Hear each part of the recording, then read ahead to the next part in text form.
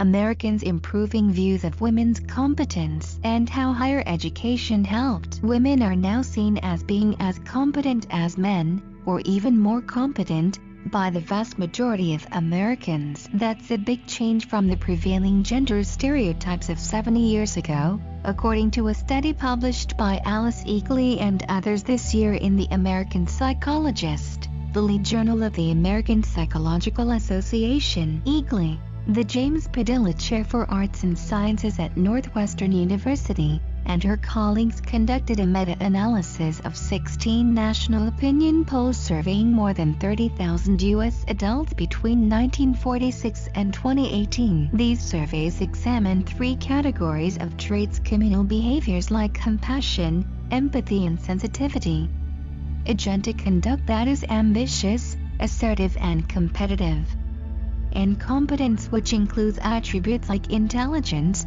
creativity, and skill. In each survey, respondents were asked, in one form or the other, whether they thought various traits were more true of women or men or equally true of both. Gendered stereotypes of competence changed dramatically over time. For example, in a 1946 poll, 35% believed men and women to be equally intelligent, but among those thinking there was a difference, more respondents perceived men to be the more competent sex. However, by a 2018 poll, 86% believed men and women were equally intelligent, while 9% saw women as more intelligent and 5% viewed men were more intelligent. In addition, Eagly found the stereotype that women are more compassionate and sensitive than men has actually grown over time, increasing from roughly 50% of people viewing women as the more compassionately sex in the 1940s to about 75% holding that view in 2018. Meanwhile, the stereotype that men are more ambitious and competitive than women has not changed. A major conclusion of the authors is that some stereotypes are not as fixed or rigid as usually assumed. Instead,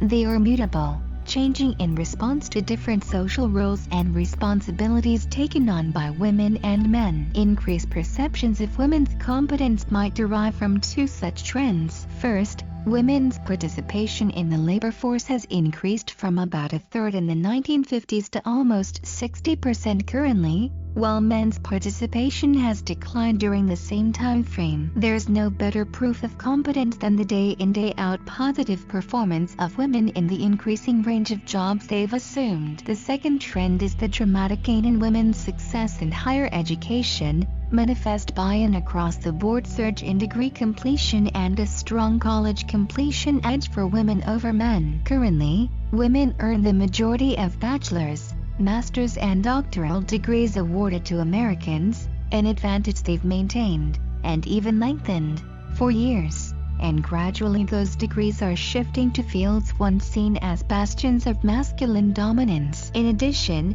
women now make up 44% of full-time teaching faculty at American colleges. Almost certainly the growing respect for women's competence is bolstered to some degree by the ever-increasing odds that students are being instructed, mentored, and supervised by female faculty, many of whom are also assuming charities and deanships. The implications are not all rosy. However, some findings confirm the continuing reality of a glass ceiling for women, especially with respect to traits commonly associated with leadership. As Eagly observes, on a less positive note, most leadership roles require more agency than communion. Therefore, the lesser agency ascribed to women than men is a disadvantage in relation to leadership positions. Continuing occupational segregation and gender differences in domestic duties probably account for the findings involving the attributes of communion and agency. Women's work is still concentrated in jobs that emphasize social skills, and despite some shifts in expectations for shared parenting, women spend much more time than men on childcare and household duties. Men still cluster in occupations requiring physical strength, competition, and technical analysis. These results provide additional support for the vital role of higher education as a pathway for economic equality,